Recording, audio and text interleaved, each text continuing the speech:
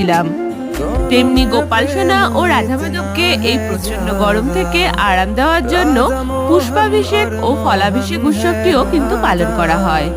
পুষ্পাভিষেক উৎসবটি যেই দিনটিতে পালন করা হয় সেই দিনটিতে গোপাল সোনা ও রাধা মাধবকে সুন্দর করে ফুলের সাজে সাজানো হয় ও ওনাদের ওপর প্রচুর পরিমাণে পুষ্পবৃষ্টি করা হয়। তেমনি ফলাভিষেকের দিনটিতেও ওনাদের ফল দিয়ে সাজানো হয় ও ওনাদেরকে প্রচুর ফল নিবেদন করা হয়। তবে বন্ধুরা, আজ আমি যেহেতু রাধা মাধব ও গোপাল সোনাদের পুষ্পাভিষেক উৎসবটি পালন করছি, তাই আজ আমি তোমাদের রাধা মাধবের পুষ্পাভিষেকের পূজা পদ্ধতিটি দেখাবো। তো চলো বন্ধুরা, দেরি না করে রাধা মাধব ও গোপাল সোনার পুষ্পাভিষেকের পূজা পদ্ধতিটি দেখে নেওয়া যাক। বন্ধুরা, আজ পুষ্পাভিষেকের জন্য আমি যে ফুলগুলি এনেছি সেই ফুলগুলি আমার পুজোর সুবিধার্থে এই ফুলের সাজিটিতে সুন্দর করে গুছিয়ে নেব। বন্ধুরা, পুষ্পাভিষেকের জন্য তোমরা বিভিন্ন বর্ণের ও গন্ধের